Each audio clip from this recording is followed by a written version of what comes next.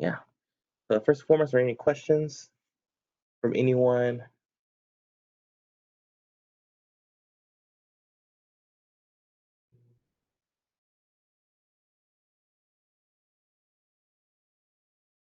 Okay.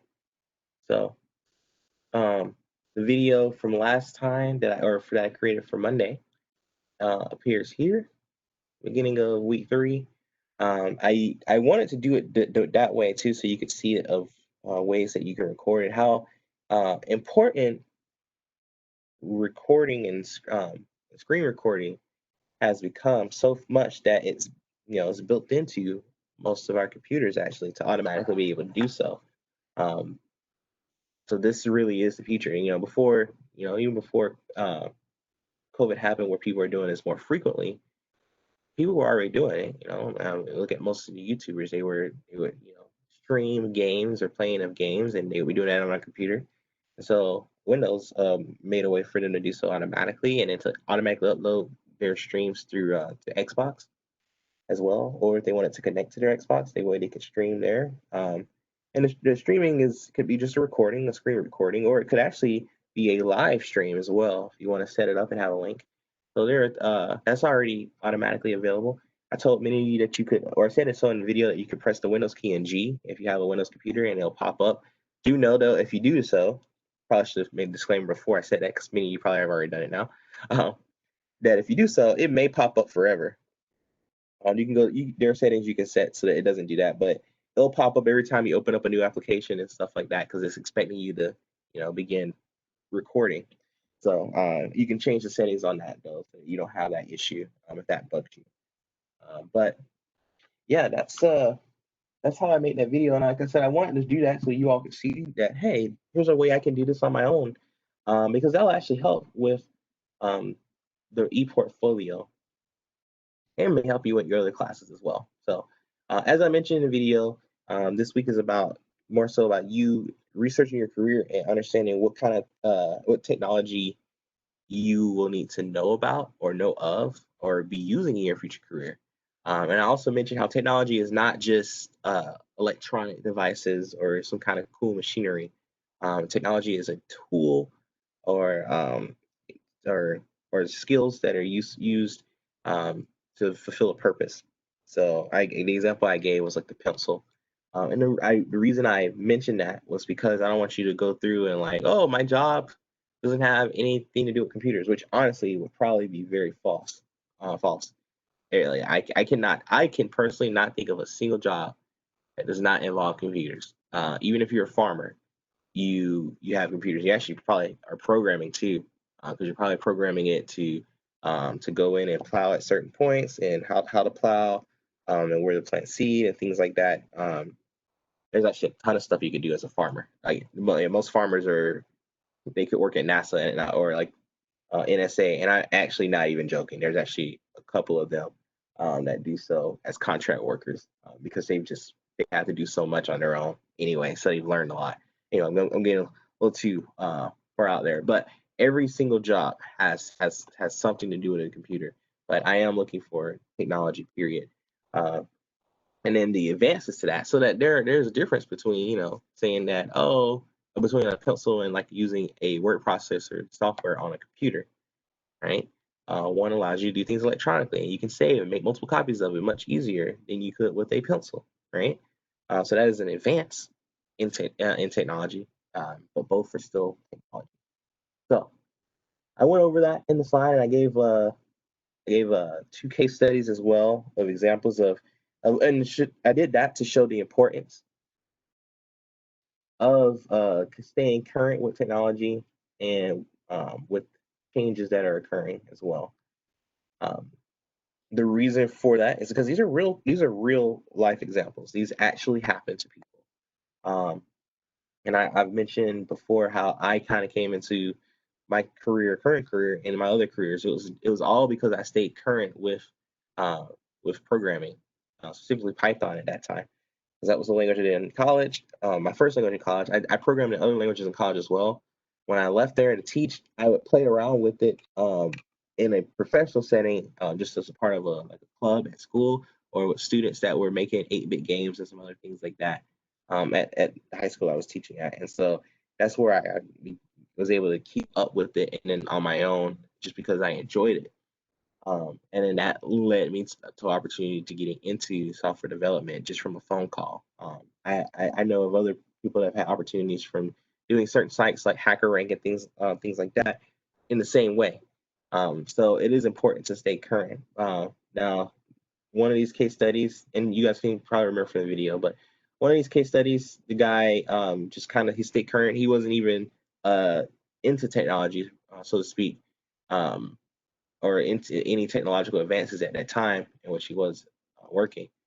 But he just stayed up with the times as things became available. He would, take time to learn about it, and he would continue to move forward. And he wanted to give that same opportunity to his other employees when he ended up running the company that he worked for, or owning the company that he worked for, I should say.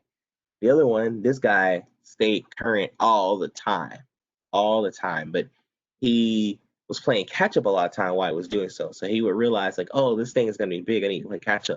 Then he would lose his job because it would get outsourced because there's easier way, cheaper way for it to get done with less manpower. So he would lose his job and he would just move on to the next thing and like, oh, I can learn more stuff here.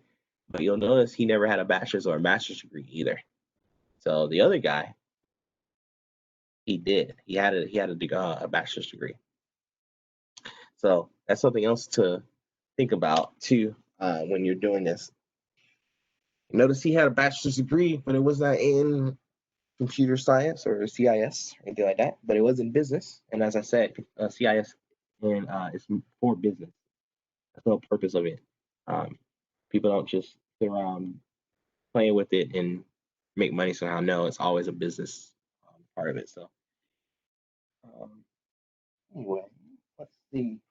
So next up was mainly just looking at PowerPoint and how to do your e-portfolio. So I got some tutorial stuff with using PowerPoint that's there and available, but I'm gonna go over some things myself with you all. So I'm gonna start off by looking at the actual assignment because this is where most of the questions came in from Monday. And again, if you have a question, post in the chat, unmute yourself and speak up because I want to make sure this is very, very clear because this is your initial e-portfolio, meaning as you begin, because at the end of the semester, you will turn in a final portfolio. And I expect week after week for you to add to your portfolio. And the reason I say I expect that is because it makes it easier on yourself. If I need to, I'll add an extra assignments each week to make sure you are doing so, or have you turn it in with your assignment. And it's not like as a punishment; it would be to help you do so because it will make your life easier. So you're not scrambling at the last minute to recall what you did over the last at that point 12 weeks or 13 weeks, or actually maybe even 14 weeks, in order to say, okay, here's my portfolio. So recall that a e-portfolio, the purpose of portfolio period, is to reflect on what you have learned and how it will be useful to you in the future or currently even how it's useful to you. And you can even talk about things and how they weren't useful to you. So if you were gonna do it as a professional manner or to like attach to a resume, you of course would not probably talk about all the things that you did that you felt that you didn't that you felt were a waste of time in school. You probably wouldn't mention those things, but you could just of course make a new copy and then delete those pieces of information. Second part of this is this helps me, with the course as we continue to move forward and make changes to it because we want this to be the best that it can be to help everyone. So it is generally just a reflection of what you have done and accomplished, and you can show proof of it. That's the whole point of it. So you can have proof, like, hey, here's what I did. So that is a portfolio. The E is electronic, meaning it's going to be electronic. I mentioned at the first week of school that we're going to do it as a PowerPoint. You could use something else. You could create a website, and I showed you guys how you could go to Google Sites and start from there if you wanted to. It's pretty straightforward. If you have any questions about more things about how to do that, let me know, and I'd be willing to show you how. So you have a free site to yourself. I suggest not using your Maricopa account because then it will still belong to you the entire way. If you use your Maricopa account, once you are no longer in Maricopa, you won't be able to necessarily have access to it anymore. So if you create your own Gmail account and do that, you can do that as well. But again, I'll let you know that. So that is your assignment. That's what the general idea of it is for you to reflect on it. Now, the beginning of it, though, is for you to share your potential career path that aligns with you. It could be, your personality, it could be with the skills that you've already acquired or that you are like super interested in learning in. And the whole point of it is just so that you get an understanding of what it is that I really need to know for this career. Some people will assume like, oh, I want to be a game designer, and then they'll say they need a master's degree in computer science or something. Sure, would that help? Yeah, you probably know a lot more than everyone else. You've had a lot more skill and a lot more practice, but I guarantee there's people that probably have master's level knowledge that only just have an associate's degree or a high school diploma that will be working at your same job. Will you get paid more? Maybe not. A bachelor's degree? Maybe. Associates at least? Yes. You would get paid more than a high school student. I'm not gonna say you wouldn't get paid more with a master's, but it's not necessary. I had a friend when I was in college, when I was TAing for a Python class. One of my closest friends, he was graduating, and he did an internship during his bachelor's at EA Games, or which I'm sure many of you have heard of. He Same thing. I want to be a game designer, so he did that. He did an internship, and they told him that they would hire him. It is just in the game, yes. EA Sports in the game. Yeah, so he did his internship and loved it. They were like ready to hire him when he graduated. And he's like, "Oh, I'm gonna go back and get my master's though." They're like, "You already know everything you need. You said this is your dream job." He's like, "Yeah, I know. I would like to continue to maybe do this kind of as an internship, but I'm gonna go get my master's degree." And his whole purpose was to make more money out of it, which makes complete sense. It does. So he did that, got his master's degree. So had to pay more money to get his master's degree. But he got his master's degree, and then they offered him the same start salary. He was very angry, and they said, "Well, the skills that you have, you already had. You didn't need anything new. So there's nothing new that you can offer us at your point in time. So the only way you get a higher increase if you had more experience." So he would have technically made more money at that point if he had just stuck with the bachelor's. That is not always the case. That's why you want to do research about what is it you want to go into. So that's just the example. Then you go to the other side of it. I would make more money if I had a higher degree. Starting off, I would have automatically. And then even potentially the end result, I would have made, like whenever I finish, I would make more if I had come into this with a higher degree. So, it does go both ways. So you just got to do your research so you can know. And that will also it will definitely help you all decide, is this really what I want to do? Maybe I want to switch. So if you're not sure what you want to, what your career is, we have a Young's test. There's other resources we have as well. If you've taken strengths from another course, Clinton Strengths, if you somehow work on this campus as well, you've probably already done this. It was for a long time free to students to do. I believe it still is. Just a matter of asking the president. The president was very strengths. It is very strengths focused. So every employee on campus knows their top 5 strengths. Some may know their 10 and 30, up to 35, may know the whole list. And what it is just like, it's a way to, the idea behind it is to focus on what you're strong at. And for instance, my strengths are like restorative. So I try to fix things by looking at the problem and put it back. I also am strategic. So I'm looking at every angle. I'm deliberative, and so I expect the worst to happen. It's not pessimistic. It's planning for that. So it's not being pessimistic. It's just deliberately planning for it. I'm also a developer, so I like to help people get to improve. So those are some of my strengths, and so they are reflected. I'm The purpose behind it is to reflect on those and to anytime you do things, to look at your strengths and then focus on how can I use my strengths in this area to help people, help others. And I missed one. Individualization. So I like to talk with individuals and help individuals, which makes sense with everything else there.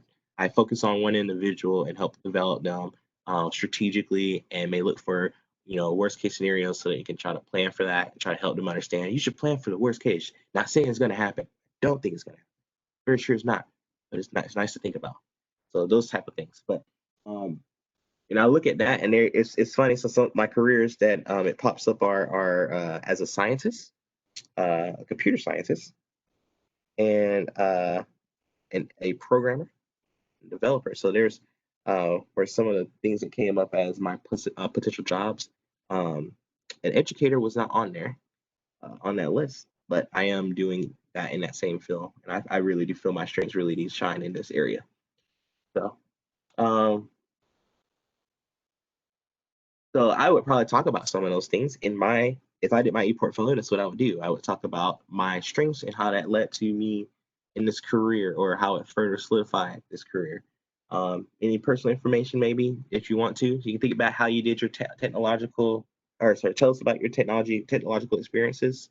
When you did that discussion, most of you introduced yourself. Uh, but all of you at least talked about your experiences with technology to begin with. That stuff can be included here. And notice it says considerations. So these are things you should consider possibly putting in it, not things that you have to put in it. Describe what your career is. Some people say, "Oh, I'm going to be a nurse," or they may say an SLP, or we'll be like, "What's an SLP? Tell us what that is." Um, or, "Oh, it's a speech language pathologist." Okay, well, what is that? What do you do with that? You could think, "Oh, we talk about helping people, with lisp, or speech impediments, or speech issues." Like, that's not all they do.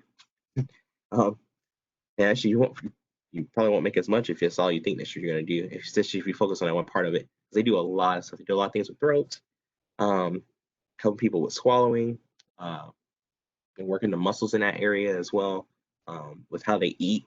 Like, they do a lot. It's a lot of going on what happens with the mouth and the throat. So that everything that is a part of speaking, every part of it, that's what they work on. So not just speaking. So, which I'm going a little off, but just giving you an example of how we think these things about these jobs based off of just a name or what the world tells us, but it's not always the case. So work trends for the career. Do you see projected growth in it? Like, if you see your career is on a decline, that may make you think, is this really what I want to do? Well, if I was doing it for money, then it's probably not gonna work out better, for the best. But if I was doing it because I was interested, maybe I'll still go for this. What is your salary gonna look like? You do research on that, because you may decide that, oh, that's not as much money as I thought it was gonna be, or it might not be enough for me.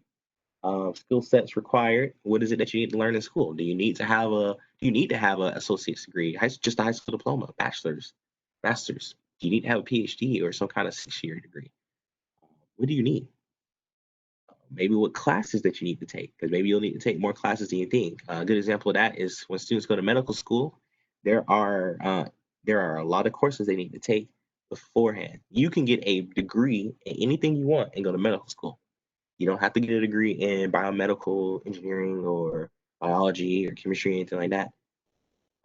It is highly suggested many times. The reason is because you're already, looking at things that you will look at as you move forward in your career. But it's definitely not necessary. One of my closest friends in college, she was so smart, and this is actually where I learned this from. She wanted to be a doctor, and she always had this plan. Her dad was as well, and he's the one that told her about, you don't have to get a degree in everything. And so she got her degree in the smallest number of credits that was available at the school that was of interest to her. She got her degree in business. So she had to take about 12 extra credits after that, just to meet the prereqs for medical school. And everyone was telling, "Oh, we're all going to medical school too. We're doing this degree, and this one, and this one, this one." And so many of them struggled through like biomedical engineering and biology and all this different things. And here she was. She got her business degree. She graduated early, Her GPA was super high, and she did great. And she was the first one to complete. She graduated a semester early, but she also didn't have to go do any extra work. She didn't do any extra studying for the MCATs or anything because she had extra time just because of what she chose for her degree. Business is not always easy for everyone, so she did that. She got done super quick. And yeah, she was the first one to become a doctor, and then she ended up having her own practice because of it, because she knew how to run a business. So she had her own little clinic that she started up afterwards, as well.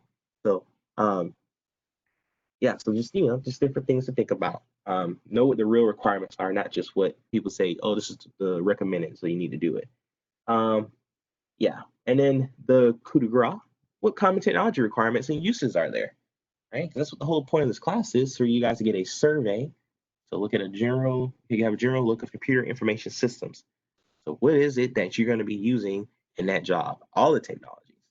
Um, as I said, not just electronics and machines, but any tools that you'll be using. And then you may even want to look at what advances are there going to be. In the video that I gave to you guys on Monday, I mentioned how there's these little devices that they prick your finger, and then they take a little blood there, and it does the scan, and then it wirelessly sends information to a machine for the doctor.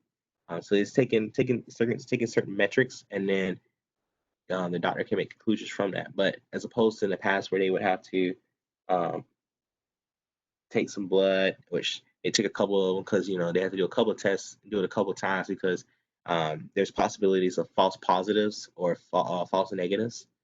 False positive meaning that it says that the test shows a positive result when it really is negative. False negative just shows a negative result when it's really positive. And if you're, that can be detrimental to you. I give you an example just with doctors. I've been doing some my own homework for my own classes and having it with CIS. And one of the things was when it comes to medicine, most of the time they are more likely to give false positives when it comes to testing, especially for like diseases and stuff. And there's a reason for that. It's for safety. Because, for instance, the last project I did was looking at AIDS patients, and there are HR testing for HIV. There are a large number of false positives, but that's because it was such a high risk thing that they rather have false positives than say than false negatives, and that there is an offset there. So more people were told that they had HIV when they didn't have it at all. Then it was just precautionary. It was because these signs tend to be more towards this, so we're going to tell you that you have it. So that way we can just be safe, just in case you don't, and then we'll continue to test later, more tests later. So anyway, building off again, but that's something that they use in that. Even with that research in the medical office, they had to take data, and then they had to run some tests on data to come up with that conclusion, like to say, okay, how are we going to know if someone comes to the office and they have these things, if we can say they have HIV or not? And we'll look at some things. We'll talk about how that was done with the database and with Excel later on in this class. Really cool, actually. I may show you guys some more stuff too, because I'm currently doing a lot of that on the side. So yeah, and then how the past assignments align to your career goals, and that's probably the other big one. So with your presentation, it needs to be school appropriate. I think that goes without saying. Um, yeah, so slides. I have seen someone successfully do a presentation with 2 slides before.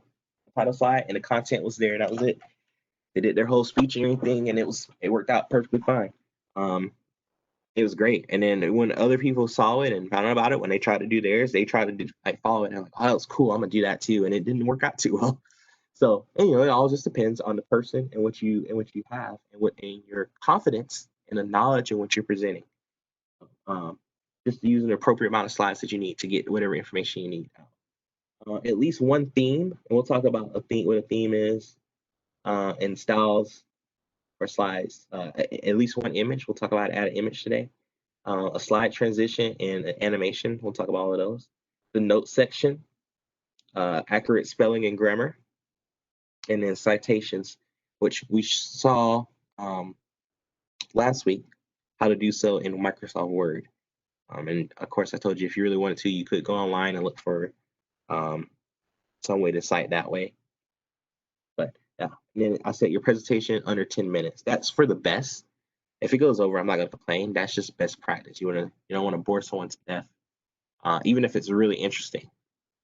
Timing can still it's like after 20 minutes, people start losing interest. So like about right now, it's been about 20 minutes since we started class. Some of you might be losing interest already and doing other things. Hopefully not. Hopefully I'll keep you here. All right. So what I'm gonna do is I'm gonna download this template here. So here's an example of a template to kind of get started. Do you have to use this? No, you don't. But I'm gonna use this so that way you can just see where I'm coming from, and with it, this will help you follow along with what the requirements are. So if I were to open this up now,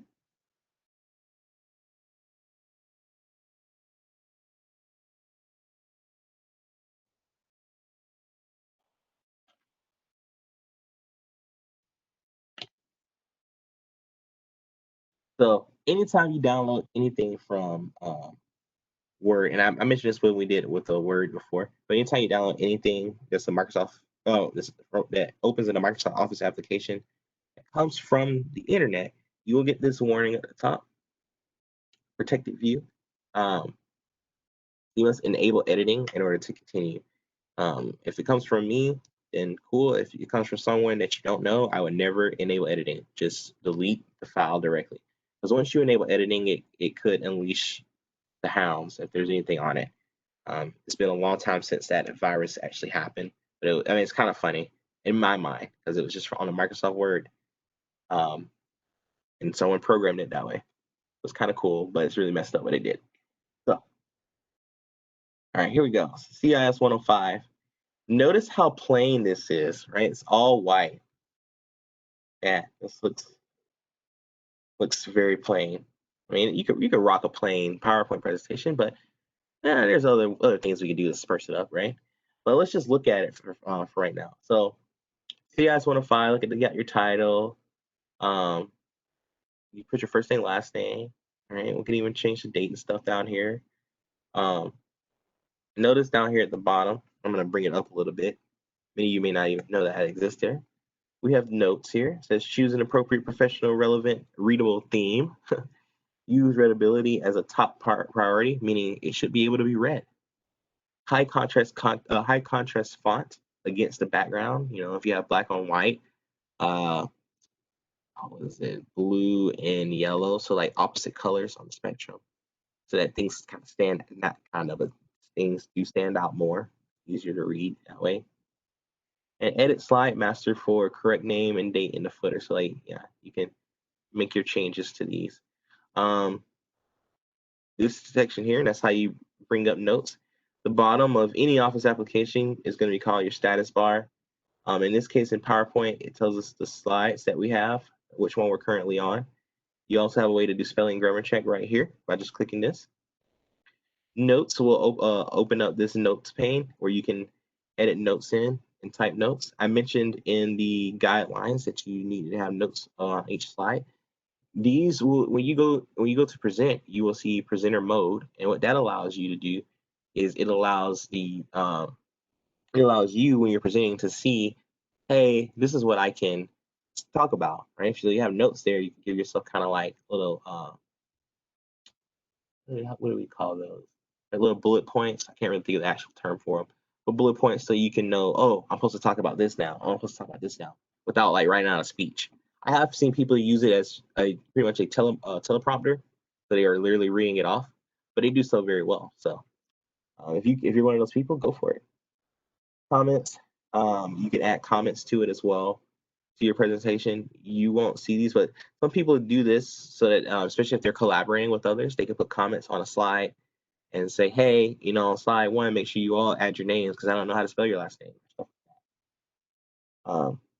We have different views. We have normal view, which is where I would stay in if I were you, but people do different things. Slide sorter. You kind of see all your slides at once, and that way you can drag them and put them in order you would like. You can do that same thing on normal view though by just grabbing it and moving it wherever you would like. We have reading view. So it becomes kind of like a book, but very similar to what you all saw when I did the cyber ethics Google slide. You were kind of just reading through it. You would click the next arrow and things like that. That's what it is. We even get a little menu here so that we can do the normal stuff we would do within PowerPoint. And then the last view is presenter view. So I am in presenter mode here. One thing you don't know, because you can't see it on your screen, you see the PowerPoint presentation, but what you do not see is on my other screen, because I have two screens. I have the presenter view that I can see my slides, and I can see a timer, so I can see how long I'm taking. I see the current time on there and a couple of other things as well. So I'm going to swap it so that you guys can see what I'm talking about. So when you're in presenter mode, presenter view, this is what you see on your side. So one thing, if you're ever presenting on a board, when you're getting, or sorry, in a classroom or setting where it's going on a projector, what you want to do before anyone actually comes in or anything, you want to see which screen is actually going to the projector, because you may need to swap it. And the way that I swap it is right here in display settings. Swap it here. But here's the notes that I would type in the notes section. They appear here, and so I could read this off while I'm going through or look at bullet points. I also see what's coming up next. Now it says next slide, but really that's whatever's coming up next, because we'll have transitions, we'll have animations. I can see what is the next thing that's going to appear on the screen for people from here, which is really cool and really powerful, because in that way, sometimes people are going through and they forget that they have animations and certain transitions coming up, so they forget when to click. This will help you with that. Other things you can do, pin and laser point, if I can get it going. It's like, welcome to CIS105, everyone. That's what it will look like on the other screen as well.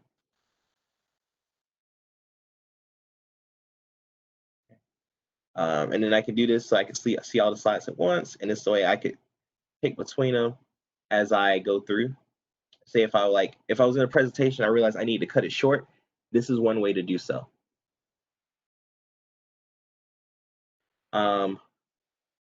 You can zoom in. Guys, we really need to talk about intellectual property rights. And then this is the duplicate, yeah. So black or unblack the slideshow. So like if I need to pause in between, a lot of times people do this when they're doing like, all right, we're gonna have a small little intermission so you guys can do a little breakout and discuss what we talked about so far. And then that's pretty much it. Everything else is just like some basic setting changes. This is cool too. If you're while you're presenting, you want to show the taskbar. Let me so you guys can see what I'm talking about.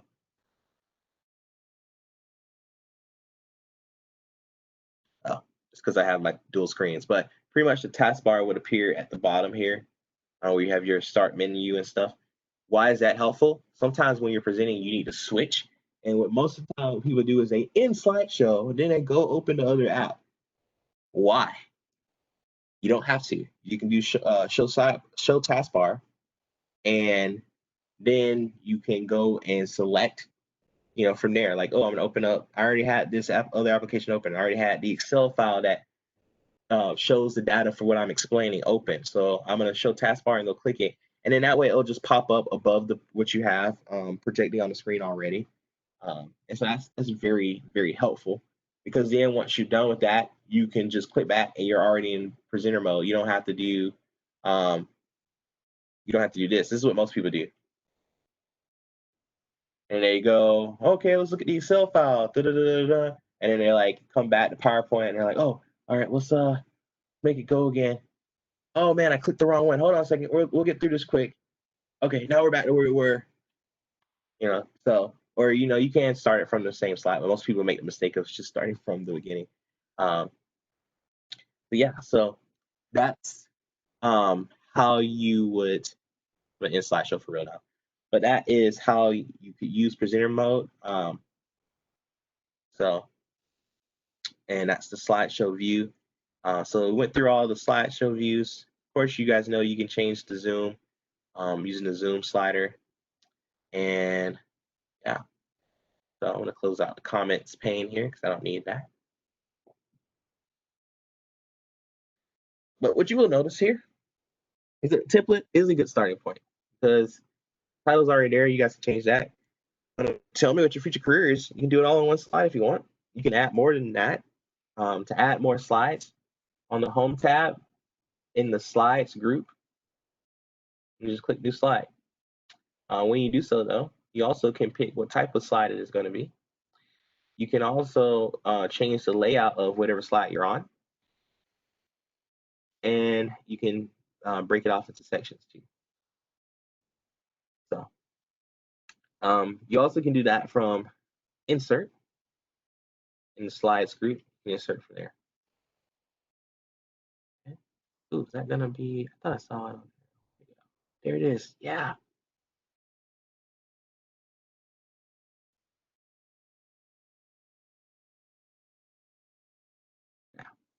I don't like using that. All right, sorry. I got distracted by it. I saw something new appear in my PowerPoint. So I was like, ooh, what does this do now?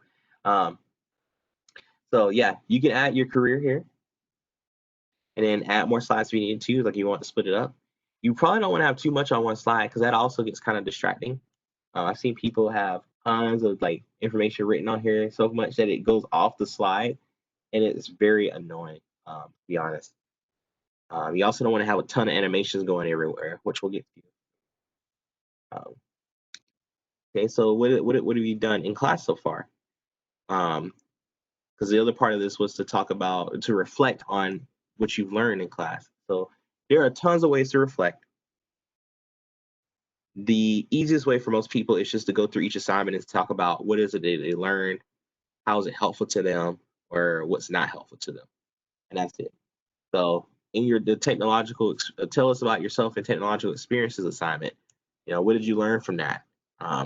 You probably you possibly could have learned like more about, oh, I didn't realize how young I was or how old I was before I did use a certain device, or I didn't realize that technology wasn't just computers and stuff like that. Or I didn't realize how many other people in my class were interested in the same things as me, or they considered their first technological experiences to be the same as mine. Or the most advanced. I was surprised to see that the most advanced or innovative technology based off my classmates was all smartphones. Everyone thinks that's the most advanced one. Da, da, da. So there's different things that you can do there. And the next assignment you did was using Gmail and Canvas. This is, again, this is a template. You don't have to do it this way, but okay, what softwares did you use? Well, you had to use an internet browser. Many people don't realize that is a software. You may have used Gmail, which you did, and open it up unless you already had it connected to something else. So you possibly could have used a different email source or application if you use like Outlook or something. Canvas, right? You had a learning management system. You opened up Microsoft Word. So these are, some of you had never zipped a file before, so you learned how to zip a file and how to unzip a file. You learned what the purpose of it was. So I'm just giving you examples of things you could possibly talk about. But you want to, it's your reflection. You could literally, and this has happened on this assignment particularly, people have said, I got nothing from this assignment because I already knew how to zip a file and unzip a file. I already knew how to send an email. I've already accessed my student email before, and I was familiar with Canvas. And that's it.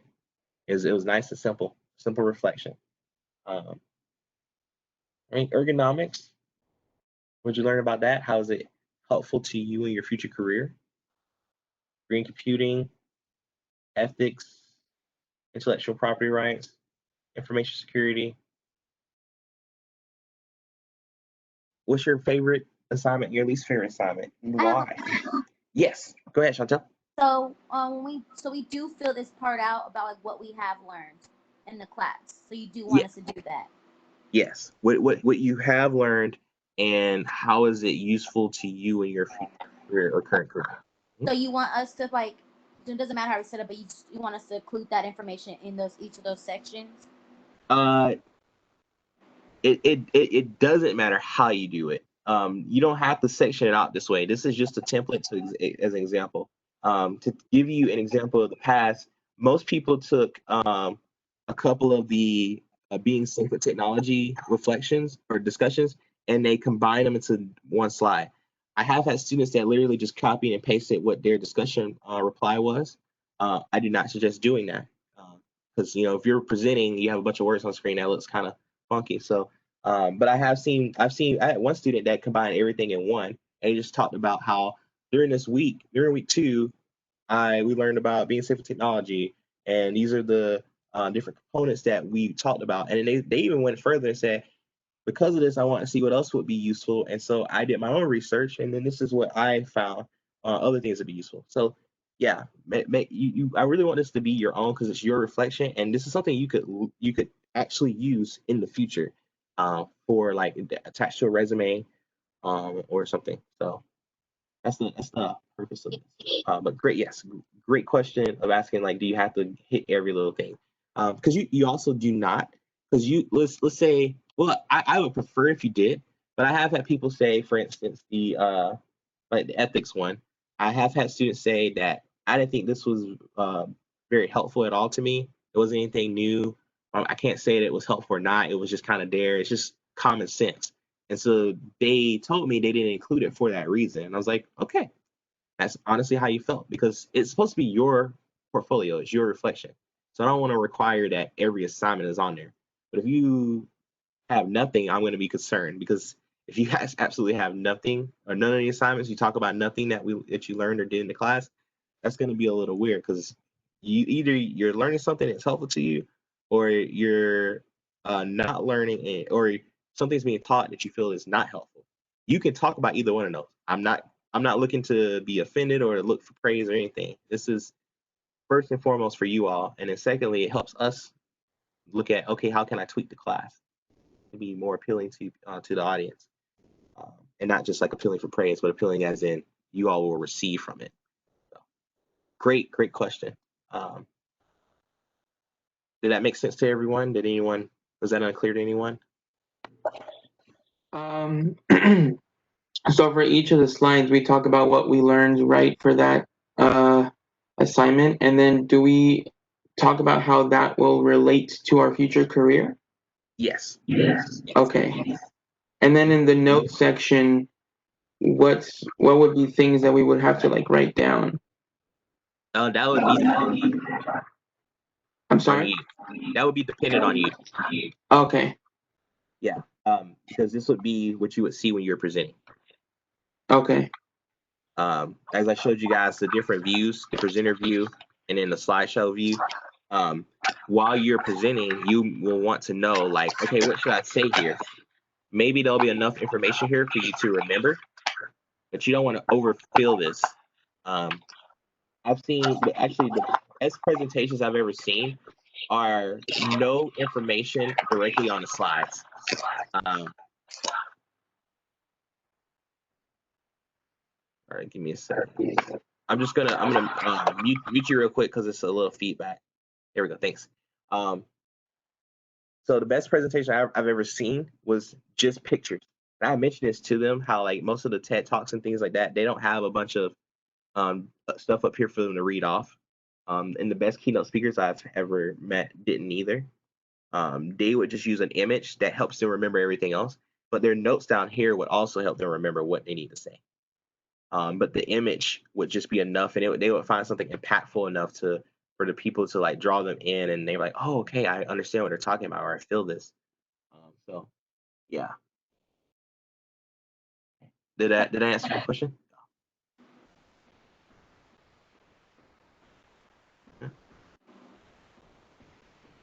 So I see like the presentation guidelines. It says like at least one image and one animation. Like, what do you mean by that? So we're gonna talk about animation and transitions in a moment, and how to present too. So another question that someone has is, So are we presenting these? What day will we present them? So your final one, actually,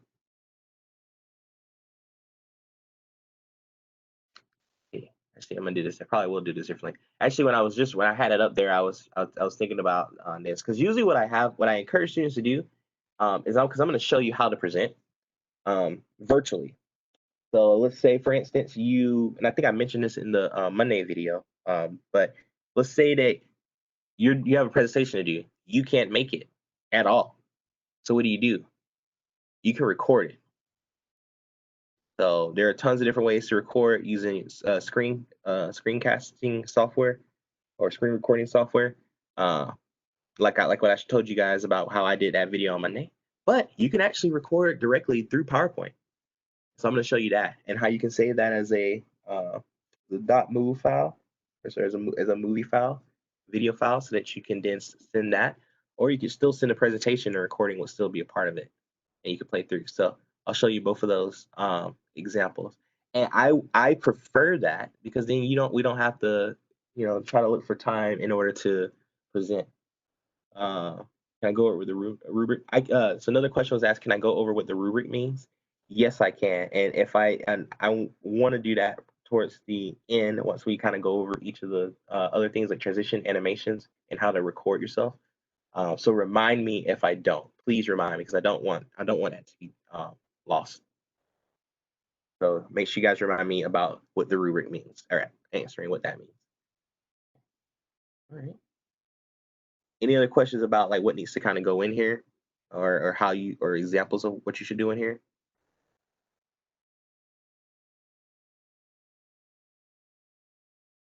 Okay, cool. Well, let's talk about transitions and animation. So first, I'll start with the theme. So if you were to go since we're on this insert tab, on the insert tab, you can insert pictures, online pictures. Make sure you look to see if it is Creative Commons. If you use if you use a Microsoft Office application to insert a picture from online, what will actually happen? I've been doing a lot of Yu Yu Hakusho, so I'm gonna show. I think I spelled that wrong. No, I didn't. Good. All right. So when you do that, what will happen is you'll get a Creative Commons only. It'll automatically only give results that are Creative Commons license, and they'll automatically have the information attached to them in regards to their licensing. So you don't have to worry about trying to find it and like citing it. It'll already be a part of the whole package, even electronically so. And so I could go through here and say, okay, what do I want to pick? And okay, I'm going to pick this one here. And I can pick multiple ones if I want and then insert them. Okay, cool. And then I'm good to go. It has everything already attached. And you can even notice there, I'll shrink it so you guys can see. Oops. I inserted in the wrong spot. Yes, I did. Oh. Trying to make that bigger. Okay. Oops. It went way too big.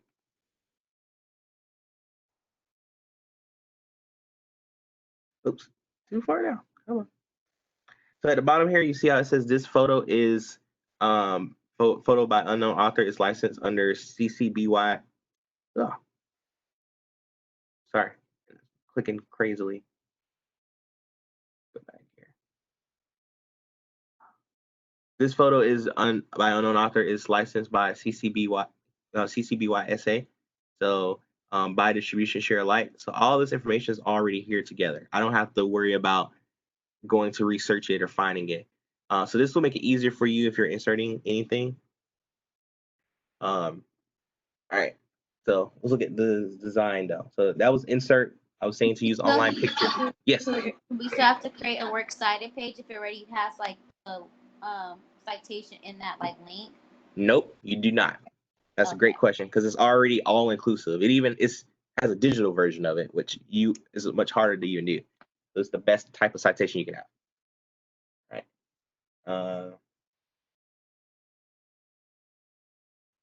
So next is the design tab here.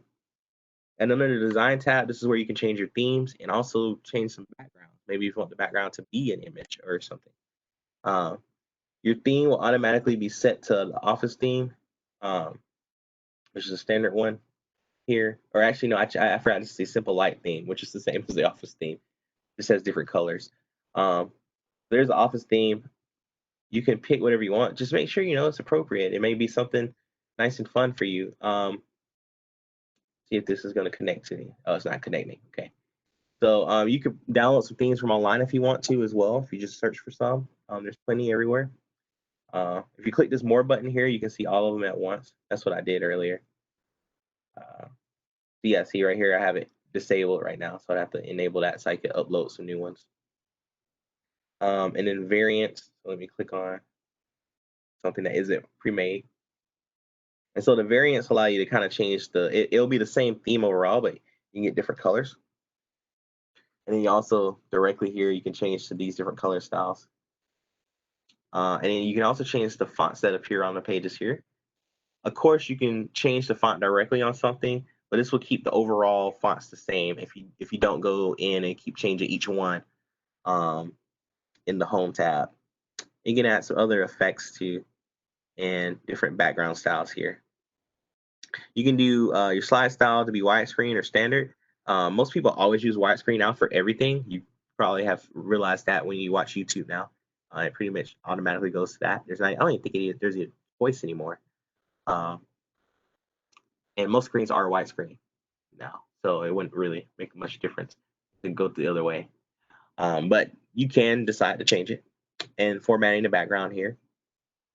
So that'll bring up a format background pane, and this is where it's a solid fill, means it's solid all the way. Gradient, then the color will change like slightly. It'll see how it's getting darker greenish there, and then up here it's lighter greenish there. If you wanted to, you could even do a picture or text file or texture fill. So the textures are like weird patterns, look like weaved out and stuff like this. It's like wood and things. You could add that in there. A picture could be the whole background if you want to. And if it is, you could have the picture tiled, meaning that it would be multiple versions of that, but just tiled all over your screen. Or you could have it be one whole one and tell where it goes. So I want you guys to just really like get into this and have fun. And once you get the basics of what you need your assignment to be, like the information on there that you want to have, and then the transitions and animations, then go ahead and play with it and then present it. So that's how you would change the theme and add some style changes. Transitions. So let's look at what a transition is. I'm gonna go to a different slide. I'll make it easier. So what a transition is how do you change from one slide to the next? So how do you transition from one slide to the next? And you all are probably seeing the standard, like, nothing happens. You've probably also seen many of these occur, but you didn't even realize they were happening. So there's a morph, and we should get a little preview. Okay, cool. Okay. So we get a little preview of what happened there. I'll do it again because I think that pop-up kind of did it. But so yeah, it kind of changes, fading in, push it, wipe it, splitting, and there are tons of other different ones as well. Up to you how you do that. Some people use the same transition on every slide because it gets the same. Some people get real funky with it, like there's like an origami type one. It'll like turn into a paper airplane.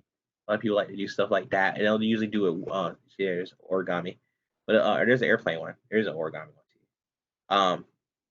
But they all usually do that when it's like, oh, something really exciting, and we're about to take off now to the next thing. Have fun with it. Don't get too crazy. If you get too crazy, then it can take away from the presentation. Effects.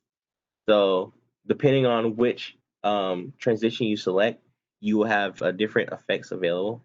So just shape. So that was a circle one. I can do a diamond, or I can have it go inward. Can change it up. Duration is another big tool that will be helpful to you, especially when you're recording. You want to get the timing down right. Most of the time, people just have things advanced. Have this slide advanced forward based off the mouse click. So when you click on the slide, it'll move over to the next one. you can have it advance automatically here from one slide to next. So say if I wanted to I want to advance the slide after a certain number of seconds. So see, after 2 seconds, I'm gonna take that off there. You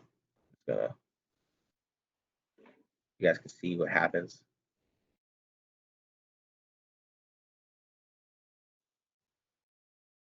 So it automatically went to the next one. I didn't have to click; it went automatically after just 2 seconds. So again, something that can be useful to you, especially when you're recording or if you're timing yourself, or if you need it to be timed. Some people use that like, I'm gonna ask you guys a quiz real quick. What don't you think about this? This way, when it goes to the next slide automatically, you don't have to worry about timing yourself like with the watch or anything. You can just use this to do so. And you can have it apply to multiple slides if you want to as well from here. You can also delay how long it takes for it to transition. So do that. You guys can see it again.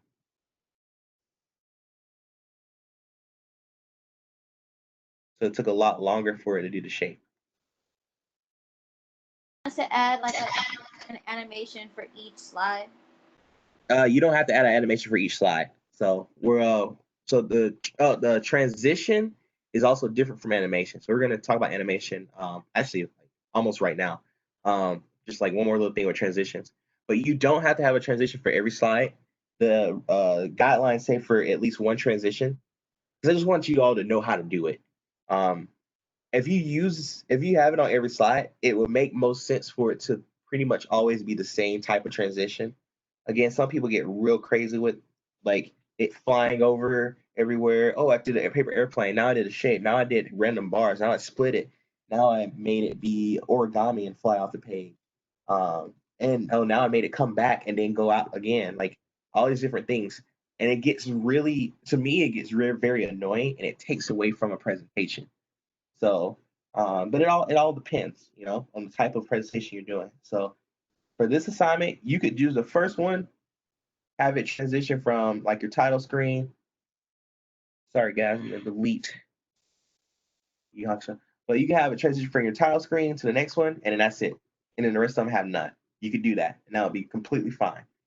The purpose of this again is just so that you all do know how to use a transition, and I can prove that you know how to use one. You can add sounds to it as well. So like at the end, a lot of people do this at the end of theirs. Once they're done, they'll have a blank slide or make it fade to black, and then applause will happen. So it's like, hey guys, finished! Yay! Yeah, everyone else should clap for me too. And you can upload sounds and have it loop too. So that's that's what you can do with a transition. So again, do the minimum of what you need to for your presentation, and then go in and start adding these things. Because that way you can have fun with it and you can see what really works for you. All right, so animations. So transitions were for the entire slide, and animation is for elements on a slide. So for instance, I'm gonna go to this one because it has a couple of different elements.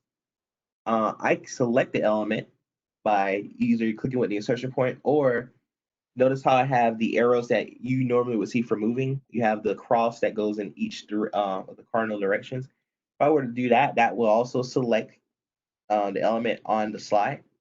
And then I can give it its own animation, so how it moves.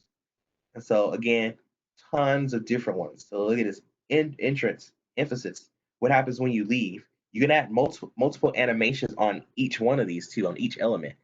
Again, don't get too crazy with this. The assignment just says for one, and there is a rule. It's not a, I shouldn't say a rule. There's an understanding that animations in a PowerPoint presentation suck unless you're young or you're doing it for very young people, because they take away from the presentation again. So you want to play around with this. But let's look here. So maybe I'll do appear, appear, and then add animation, do appear, and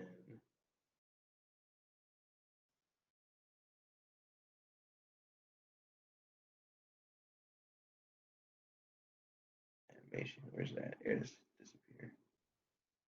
Okay.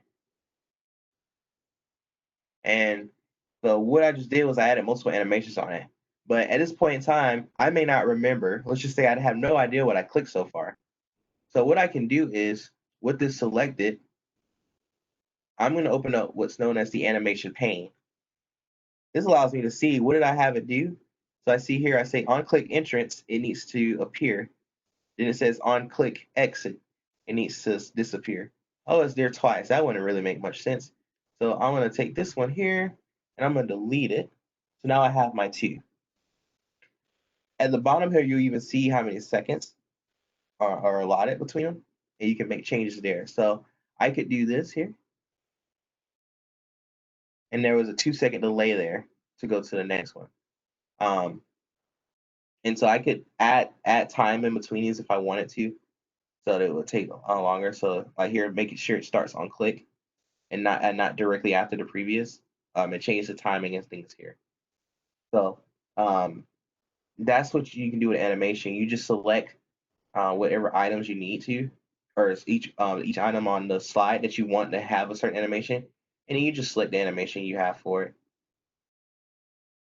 It also has effect options, so you can have it change in between, and you can decide again how that happens and when it happens, as we did before. So starting on the click, be previous or after.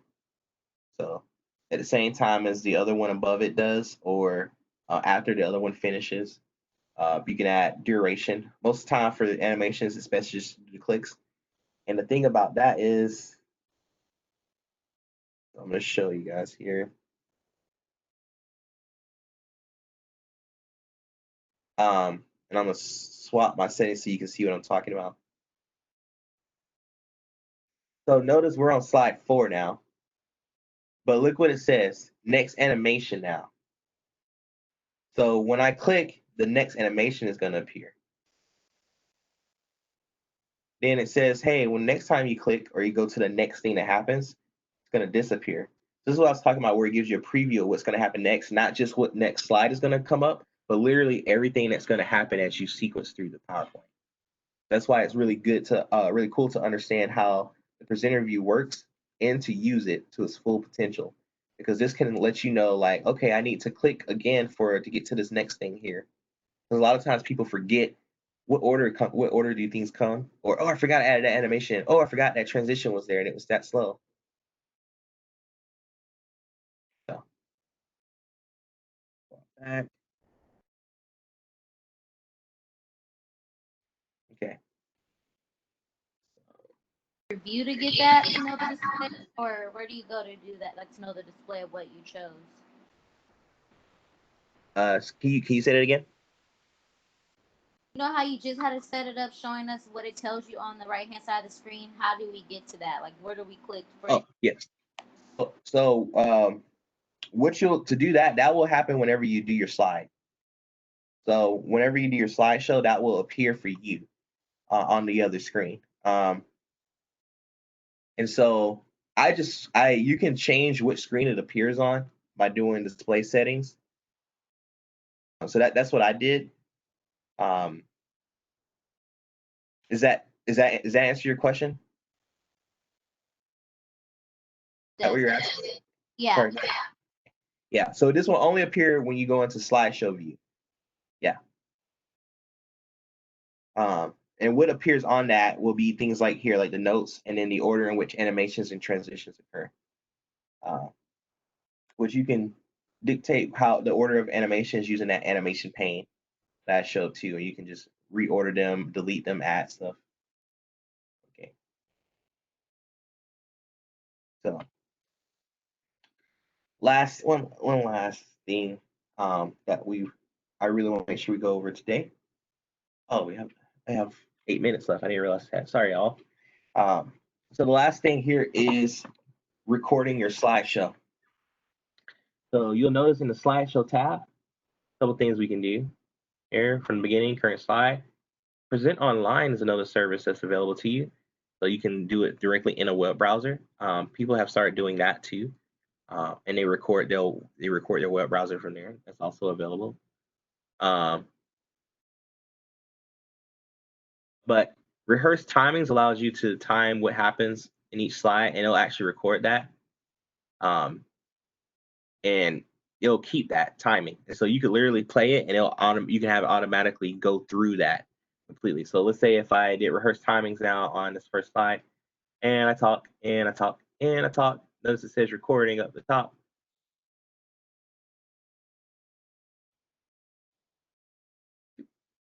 And stop. Let's save that timing. I want to present. Let's make sure it goes for those 12 seconds.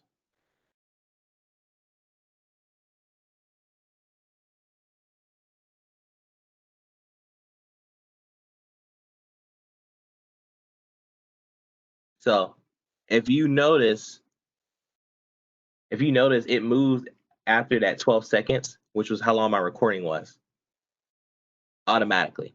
That's because once I rehearsed it, it recorded it.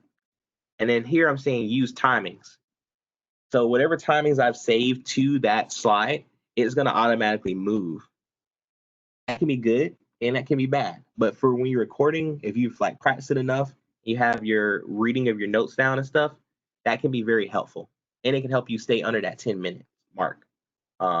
Again, that's just a soft requirement. You guys, I've had someone do one up to 30 minutes, and when that happens, I will watch flight maybe the first 10 minutes, and then I will pause it and go do other things, and then come back later. Just, it is what it is. Unless it's like really, really interesting. So the other thing that you can do is you can just record directly right here. And so I wanted you all to be able to see this. If I can switch, okay, it's not gonna let me switch over. But here's my presentation here. On my other screen, literally I see my slides in a different format than presenter view. Let's see. I want you all to see this. So I'm gonna see if I can.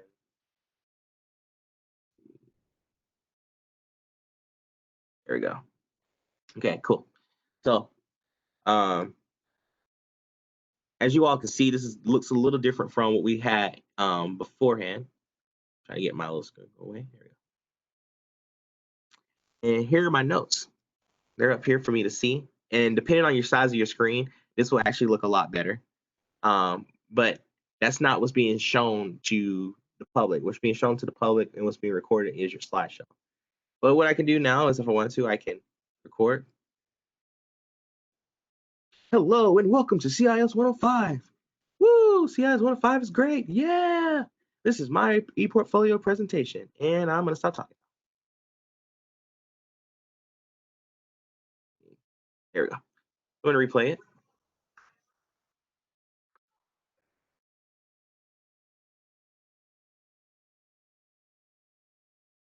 So as you can hear, you could actually hear everything I said, and you can record it for each slide too. So yeah. And that way you don't have to worry about, did I say the right thing for that? I can't remember. Or you also don't have to go all the way through. Another thing is, let's see if I can get this. See, I'm in the bottom corner now. So that's another way that's how you can have yourself be on the screen. I actually found out recently that a couple of different instructors have been asking their students to do their presentations, and it's mandatory that your face is on the screen at all times. And students didn't know how to do it with PowerPoint. So they've been trying to download all these different softwares and things like that. And I'm like, you don't have to do that. Go to record in PowerPoint. Go in your PowerPoint, go to Slideshow, go to record Slideshow. You can add your face in the bottom corner if you want to. Works just fine. You can even do it as an image. I think if you have it saved in. Yeah, I don't have it saved on mine, but yeah, and that's it. So I can clear my recordings too. I'm gonna keep mine though, just because it's an example for you all. You can set up what camera you're using, what microphone as well, just like you can with WebEx. Let me close this now because I'm done recording that. And I'm gonna go back to sharing my other screen. Here we go. So And then this is how you would use those narrations that you had, the ones that we just recorded, that background. There are other ways to record background if I really want to. Yeah, I can go to insert. I can do a screen recording to be specifically for the slide that I'm currently on, which, as you saw, record slideshow will do that period, but it allows you to do it for all of them. You can do them all at once, or you can even do them separately for it to be on each one. Or you can insert audio directly. Same way, I could record myself saying something and attach it to a slide. So go back to, because I still have 2 minutes. That should be enough time to go through the rubric here. So the rubric, once as usual, has those different competencies and student learning outcomes involved. So explain the role of computers in business and society. This is the student learning outcome that you want to achieve. How would you achieve that in this assignment? Well, you can explain how you would use computers within your future career. Using the internet to communicate, collaborate, and retrieve information. You're going to cite your sources where you got your information about your career paths. If you got images, like I said, if you use the Creative Commons ones, they'll be there. Do you want us to record a slideshow, or can you just send it? Yes to both. You're going to send it. There should be a recording on it. Otherwise, you would have to present to me, and that can be very conflicting with schedules because we won't have time in class to do so. For the final portfolio, we will have time to do so, and that will be a different challenge, which we'll talk about when we get. I'll tell you now. I don't want to hold it back. So, for the final e-portfolio presentations, if you do not record yourself doing it, what will happen is I will put your names in a some kind of randomizer for those that did not record themselves doing it, and I will pull a name and you will randomly present someone else's presentation.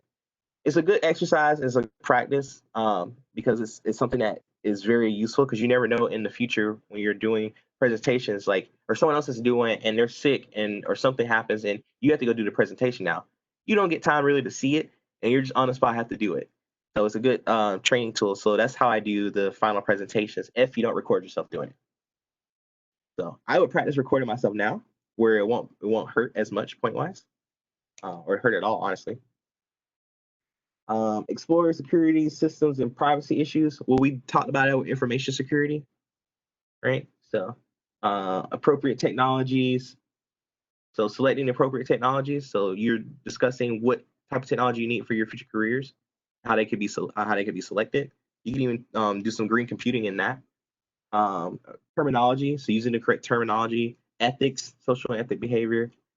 Business technology, same thing as I said before. In your own career path, how are you going to use how is technology used within your career path? And then using Office Suite application, the common uses. So you're using PowerPoint. That one's pretty much done as long as you turn in a PowerPoint presentation. And the same thing here. Use presentation software. Okay. Your career information is worth 10 points. Adding a theme and changing style is worth 5 points. Adding at least one image worth 5 points. Having at least one transition worth 5 points. Having at least one animation worth 5 points. Accurate spelling and grammar citations, that's worth 5 points in total.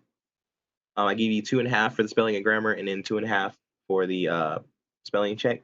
I said you could use this down here to do so you can just click on that, and it'll give you that. You could also do review and click spelling here, and that will do that.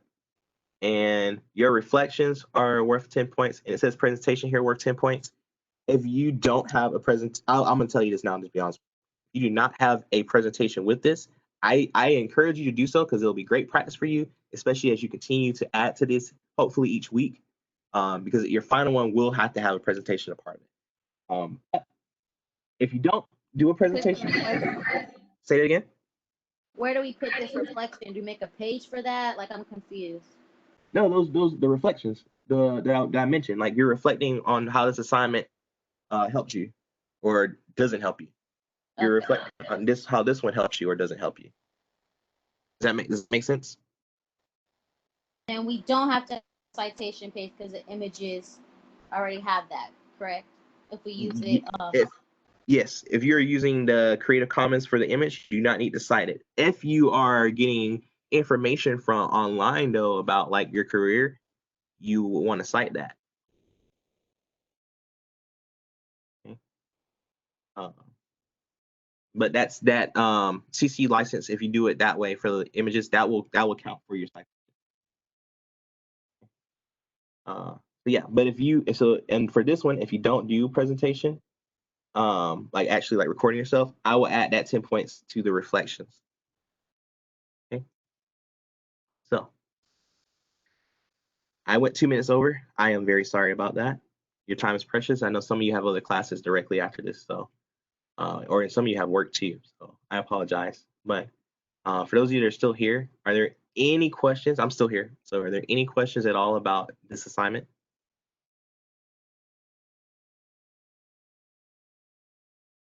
It's Friday. The due date on it is Friday. Again, that is for just to help you guys not do this out of sense of urgency, at like the last minute. But if you have it in by Sunday, that's fine too.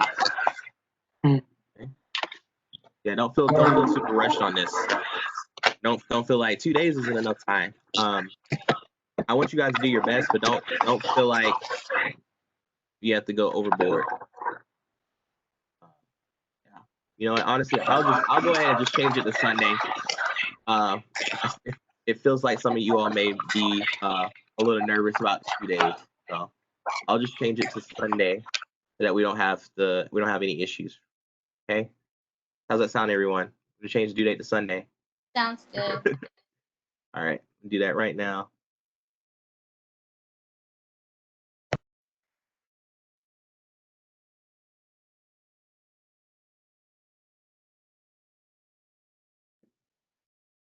All right. Okay, so any questions? I do. This may sound dumb, but how do we turn it in? So just like the last assignment you did this was like using Gmail and Canvas assignment. When you go to this page,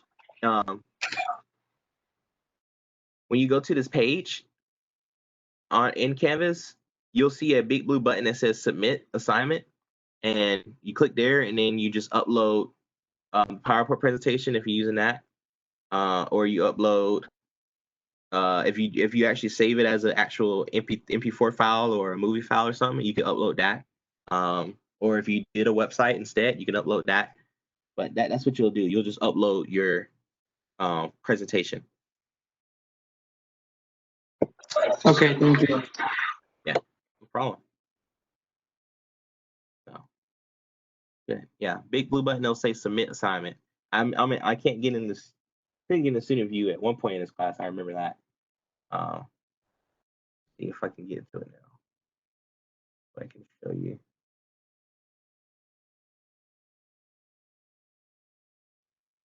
That looks like. Okay. Yeah, that one's stuck right now. I'm just gonna go to this to show you. Oops, wrong one. Show you an example. So it'll say something like this at the top. It'll say submit assignment on the top of that initial portfolio page. That's all you'll do. And when you do so, you'll have the option to upload it.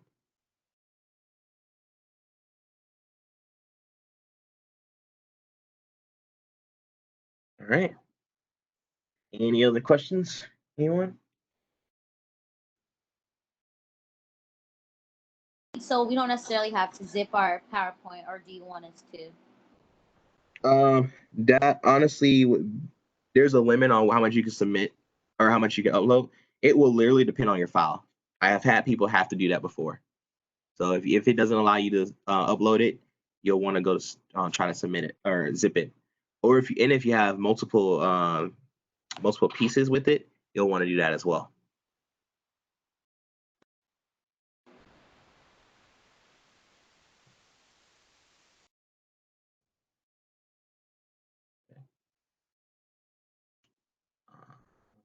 Any other questions? Yeah, it's Martin. I was trying to get into the WebEx and I hit the on the left side the Cisco WebEx like thing like before class, and it wasn't working for some reason. So I had to like manually do it and join your room. I think via the syllabus. It was acting up for me, and I restarted my computer and stuff. But like I don't know what's up with it. I just wanted to give you a heads up. No, yeah, I appreciate that. I personally, I suggest just using the link directly that I've given y'all. You could even, that way you can bookmark it and you don't have to even worry about ever logging it directly into Canvas and do so. And my reason for suggesting that is because if you do Cisco WebEx here, then that means if you want to do anything else, you're gonna have to click off to it. Like, oh, I want to go see this time myself. You're gonna have to click off on it in order to do so. So if you were to do it via the link, you don't have to worry about that. You can keep both open at the same time. So, Okay. yeah, I see. Thanks. yeah. And actually, you know, I think you bring up a good point. I'm gonna just remove this here, so that way you guys don't even be tempted to do that. That way you can just use the link. Yeah, thanks for saying that. Because that, and if we're having issues with it too, I'd rather us just go straight to what's working. For instance, I actually had trouble getting into WebEx actually this morning too.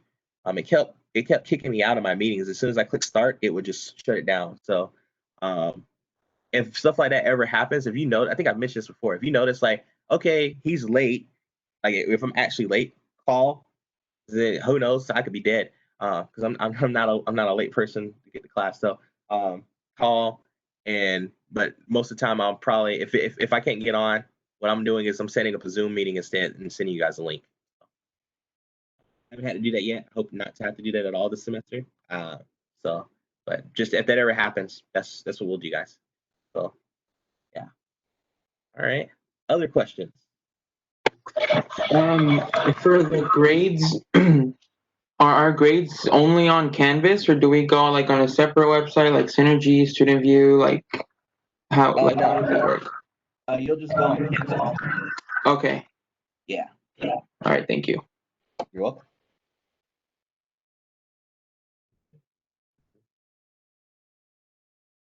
Okay. Other questions?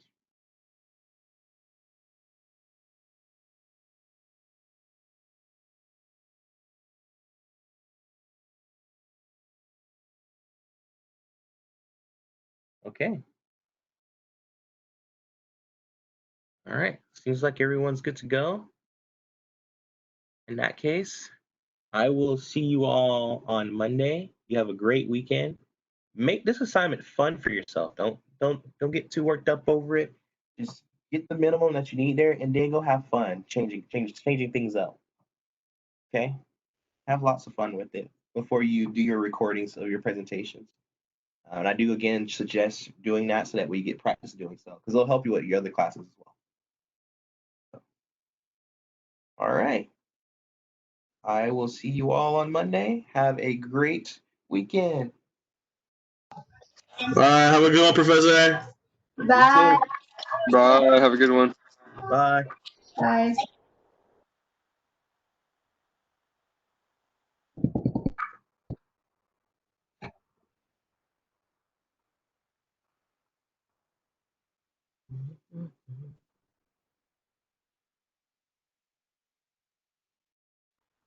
Hey, Stephanie.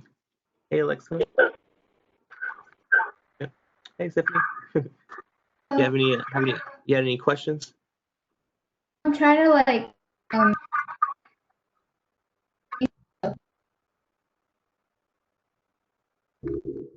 you say that again?